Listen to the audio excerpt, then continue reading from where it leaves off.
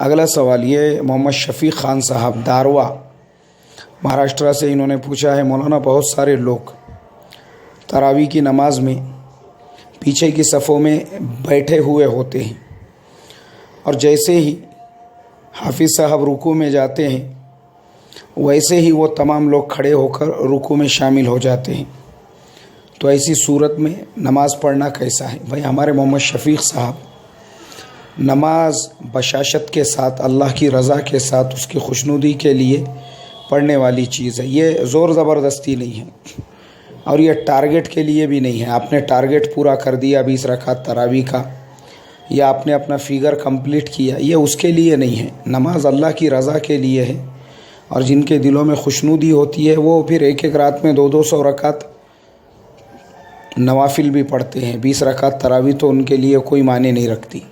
تو اصل چیز دل میں خوشنودی ہونا چاہیے۔ آج مسلمانوں نے کیا کیا؟ مسلمانوں کے دلوں میں خوشنودی رہی نہیں، اپنا فگر پورا کرنے کے لیے ہم نمازیں پڑھ رہے ہیں۔ اور ایسے نماز پڑھنے والوں کو پتہ ہونا چاہیے آپ نے نماز کے 2 رکن چھوڑ دیے، قیام چھوڑ دیا، قرات چھوڑ دی، نماز کیسے ہوں گی آپ کی؟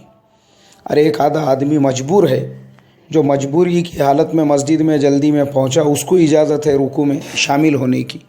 آپ صف میں پیچھے بیٹھے ہوئے ہیں اور آپ جو ہے پیر آپ کے درد دے رہے ہیں۔ دن بھر میدانوں میں کرکٹ کھیلتے ہوئے نوجوانوں کے پیروں میں درد نہیں ہوتا، روڈوں پہ راستوں پہ کھڑے رہ کے 1 گھنٹہ بات کرتے ہیں تب درد نہیں ہوتا، لیکن مسجدوں میں ہوتا ہے۔ اس کے لیے آج ہمارے نمازوں میں وہ خشوع خضوع نہیں رہا جو اللہ کے نبی نے فرمایا تھا۔ قیامت کے قریب ایک زمانہ ایسا آئے گا، پوری مسجد میں ایک آدمی بھی خشوع خضوع سے نماز نہیں پڑھنے والا ہوگا، ایک بھی خشوع خضوع والا نہیں ہوگا۔ یہ ہمارا زمانہ وہی ہے، مسجدیں کروڑوں کی ہو گئی، نمازوں کا خشوع نکل گیا۔ تو اس کے لیے خشوع خضوع کے ساتھ اللہ کی رضا کے لیے نماز پڑھے اور پورے اہتمام کے ساتھ میں نمازوں میں شامل